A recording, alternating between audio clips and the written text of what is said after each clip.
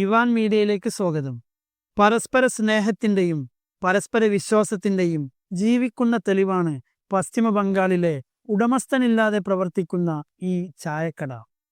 തലസ്ഥാനമായ കൊൽക്കത്തയിൽ നിന്ന് 30 കിലോമീറ്റർ മാറി ഹൂഗ്ലി ജില്ലയിലെ ശ്രീരാംപൂരിൽ സ്ഥിതി ചെയ്യുന്ന ഈ ചായക്കടയ്ക്ക് 100 വർഷത്തിലേറെ പഴക്കമുണ്ട്. ഈ ചായക്കടയുടെ ഏറ്റവും വലിയ പ്രത്യേകത അവിടെ ക്യാഷ് വാങ്ങാൻ ഉടമസ്ഥൻ ഉണ്ടാവില്ല എന്നതാണ്. പകരം ചായ കുടിക്കാൻ വരുന്ന കസ്റ്റമേഴ്സ് തന്നെയാണ് അവിടെ ചായ നിങ്ങൾക്ക് ഉണ്ടാക്കി തരുന്നതും ക്യാഷ് വാങ്ങുന്നതും കട നിയന്ത്രിക്കുന്നതുമെല്ലാം. ബ്രിട്ടീഷ് ഇന്ത്യ കാലത്ത് നരേഷ് ചന്ദ്ര സോം എന്ന സ്വാതന്ത്ര്യ സമര സേനാനിയാണ് ഈ ചായക്കട ഇവിടെ ആരംഭിച്ചത്. 350 വർഷം പഴക്കമുള്ള ഒരു കെട്ടിടത്തിലാണ് ഈ ചായക്കട പ്രവർത്തിക്കുന്നത്. നരേഷ് ചന്ദ്ര സോം ഈ ബിൽഡിംഗ് ഏറ്റെടുത്ത ശേഷമാണ് ഇവിടെ ചായക്കട ആരംഭിച്ചത്. ഈ ചായക്കടയ്ക്ക് ഇന്ന് 100 വർഷം തികഞ്ഞു. അദ്ദേഹത്തിന് രോഗമായപ്പോൾ അദ്ദേഹം തന്റെ കട തന്റെ മരുമകനായ അശോക് ചക്രവർത്തി എന്നയാളെ ഏൽപ്പിച്ചു. ഈ അശോക് ചക്രവർത്തിയാണ് ഇന്ന് എല്ലാ ദിവസവും രാവിലെ 9 മണിക്ക് കട തുറക്കുന്നതും വൈകുന്നേരം കട ക്ലോസ് ചെയ്യുന്നതും.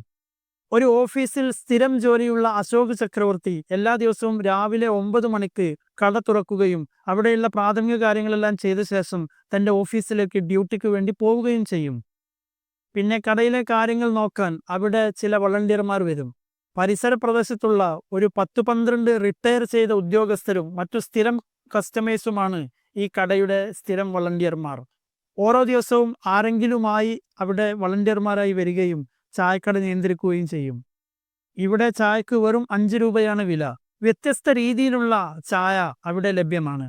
ചായയുടെ കൂടെ കഴിക്കാൻ ബിസ്ക്കറ്റോ മറ്റെന്തെങ്കിലും ചെറിയ കടികളോ അവിടെ കാണും. ചായയും വർത്തമാനവും കഴിഞ്ഞ് പിരിഞ്ഞു പോകുമ്പോൾ അവിടെ നിങ്ങളുടെ ക്യാഷ് വാങ്ങാൻ ഒരു ക്യാഷർ ഇല്ല.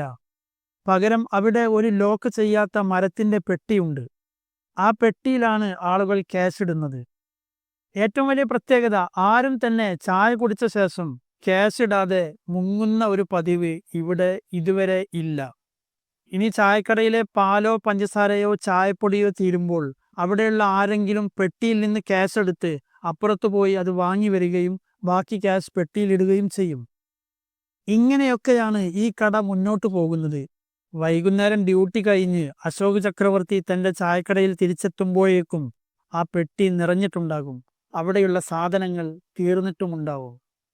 ഇത്രയും കാലമായിട്ടും ഒരാൾ പോലും പെട്ടിയിൽ ക്യാഷ് ഇടാതെ മുങ്ങിയ ഒരു സംഭവം ഉണ്ടായിട്ടേ ഇല്ല എന്ന് അദ്ദേഹം സാക്ഷ്യപ്പെടുത്തുന്നു.